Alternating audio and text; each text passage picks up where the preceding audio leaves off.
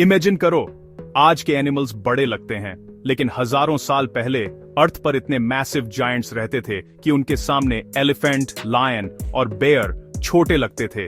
ये थे ancient megafauna, ऐसे क्रीचर्स जिनकी कहानियां किसी एडवेंचर स्टोरी से कम थ्रिलिंग नहीं थीं। चलो वूली मैमथ की बर्फीली दुनिया में डाइव करते हैं। आइस एज का एक कोलोसल एलिफेंट, 10 फीट लंबा और 6 टन वजनी, यह सिर से पैर तक मोटी फर से ढका हुआ था। ठंड के लिए एक इम्पेकेबल डिजाइन। आज भी साइबेरिया की जमी हुई टुंड्रा में हमें उनके शरीर प्रिजर्व मिलते हैं, डीएनए इंटैक्ट।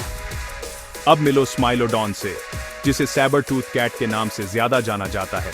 7 से 10 इंच लंबे दांतों के साथ यह अपने प्रे पर एक ही स्ट्राइक में डेडली ब्लो दे सकता था। लायन के जैसा, फिर भी स्ट्रॉन्गर और हेवियर।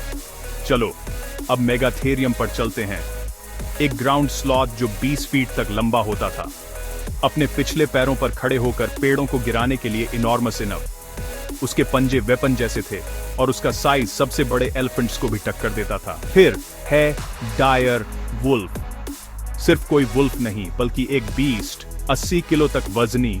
उसकी बाइट किसी भी मॉडर्न डॉग से कई गुना ज्यादा पावरफुल थी। और देखो टाइटनोबोआ को, एक 50 फीट लंबा स्नेक, अर्थ पर रेंगने वाला अब तक का सबसे बड़ा सरपेंट। यह अपने इमेंस साइज से क्रोकोडाइल को आसानी से क्रश कर सकता था। आर्किलॉन को मत भूलना, एक मरीन टर्टल जो 4 मीटर तक फैला था, इतना बड़ा कि 3 लोग उसके शेल पर खड़े हो सकते थे। यह लेट क्रिटेशियस ओशियंस का एक सच्चा जायंट था। आसमान में ऊंचाई पर उड़ता था पीटीरनोडॉन, 20 फीट से ज्यादा विंग स्पैन के साथ। अगर वह आज उड़ता तो जरूर हमारे दिलों में डर पैदा कर देता। एंशिएंट वर्ल्ड के सबसे बड़े फ्लाइंग क्रीचर्स में से एक।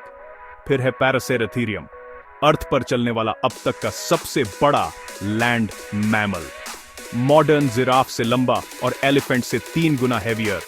फिर भी एक gentle herbivore. Short faced bear पर गौर करो, अब तक जांच सबसे तेज बेयर, 6 फीट लंबा और 60 किमी घंटा तक स्प्रिंट करने वाला। ह्यूमंस का उसके सामने कोई चांस नहीं था। आखिर में ग्लिप्टोडॉन, एक बड़ा आर्मडिलो जो एक इम्पेनेट्रेबल शेल से ढका हुआ था, एक छोटी कार जितना बड़ा। प्रीडेटर्स भी उसे चैलेंज करने से पहले 2 बार सोचते थे। इन मैग्निफिसेंट एंशिएंट क्रीचर्स ने अर्थ के इकोसिस्टम्स को रीशेप किया, लेकिन क्लाइमेट चेंजेस और ह्यूमन एक्टिविटीज की वजह से उनका एंड हो गया। अगर वे आज जिंदा होते, इमेजिन करो हमारी दुनिया कितनी अलग दिखती।